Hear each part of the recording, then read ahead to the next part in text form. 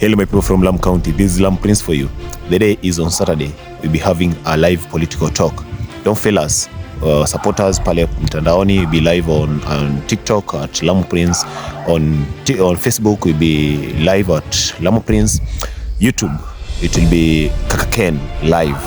We'll be having a journalist from Lamu County in Mpeketoni, Kaka Ken, reporter on Mpeketoni. So don't fail us, follow us to support. Let us talk about Lamu. We grow Lamu together.